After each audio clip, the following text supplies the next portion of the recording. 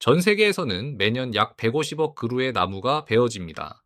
면적으로는 한 해에 영국만 한 숲이 사라집니다. 그렇다면 그 숲은 모두 연경 사라진 걸까요? 데이터는 그렇지 않다고 말합니다. 먼저 사라지는 숲의 규모입니다.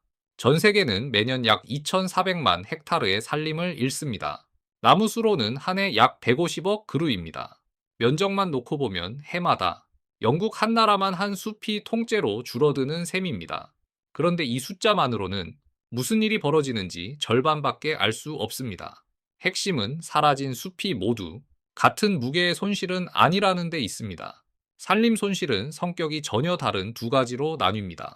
하나는 나무를 베어낸 자리를 농지나 도시로 바꿔 숲이 다시 돌아오지 않는 영구적인 산림 파괴입니다. 다른 하나는 숲을 솎아내거나 베더라도 땅의 용도는 그대로 두어 시간이 지나면 다시 자라는 황폐화입니다. 같은 벌목이라도 되돌릴 수 있느냐 없느냐가 갈립니다. 그렇다면 매년 사라지는 숲 가운데 영영 돌아오지 않는 영구적 파괴는 얼마나 될까요? 산림 손실의 원인을 5가지로 나눠보면 그림이 분명해집니다.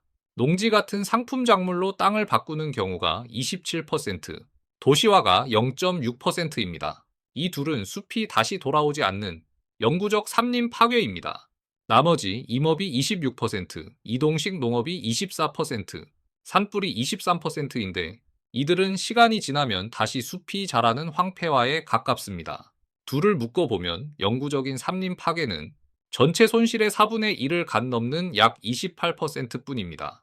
다시 말해 매년 사라지는 숲의 대부분, 약 73%는 언젠가 다시 자랄 수 있는 황폐화라는 뜻입니다. 우리가 흔히 떠올리는 영영 사라지는 숲은 전체 손실 중 일부에 해당합니다.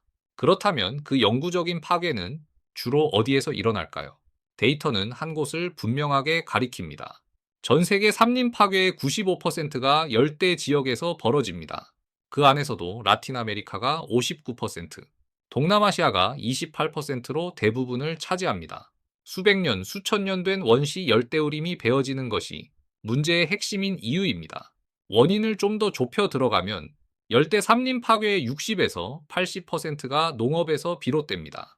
파뮤, 대두, 코코아, 그리고 소고기를 위한 방목지가 숲을 밀어낸 자리에 들어섭니다. 결국 열대의 숲을 영영 지우는 가장 큰 힘은 멀리 떨어진 우리 식탁 위의 수요와 이어져 있습니다. 그렇다면 한국은 이 지도 위에서 어디쯤 서 있을까요? 한국은 국토의 약 64%가 숲인 나라입니다. 비교 대상 가운데 일본 다음으로 높고 미국의 약 1.9배에 이르는 수준입니다. 20세기 후반에 대규모 조림이 만들어낸 세계적으로도 손꼽히는 산림 비율입니다. 다만 여기엔 한 가지 단서가 붙습니다. 늘어나기만 하던 한국의 숲은 최근 들어 해마다 아주 조금씩 줄어들고 있습니다. 도시가 넓어지면서 산림 면적이 미세하게 감소하는 국면에 들어선 것입니다. 같은 시기 중국이 대규모 조림으로 숲을 빠르게 늘리고 있는 것과는 다른 방향입니다.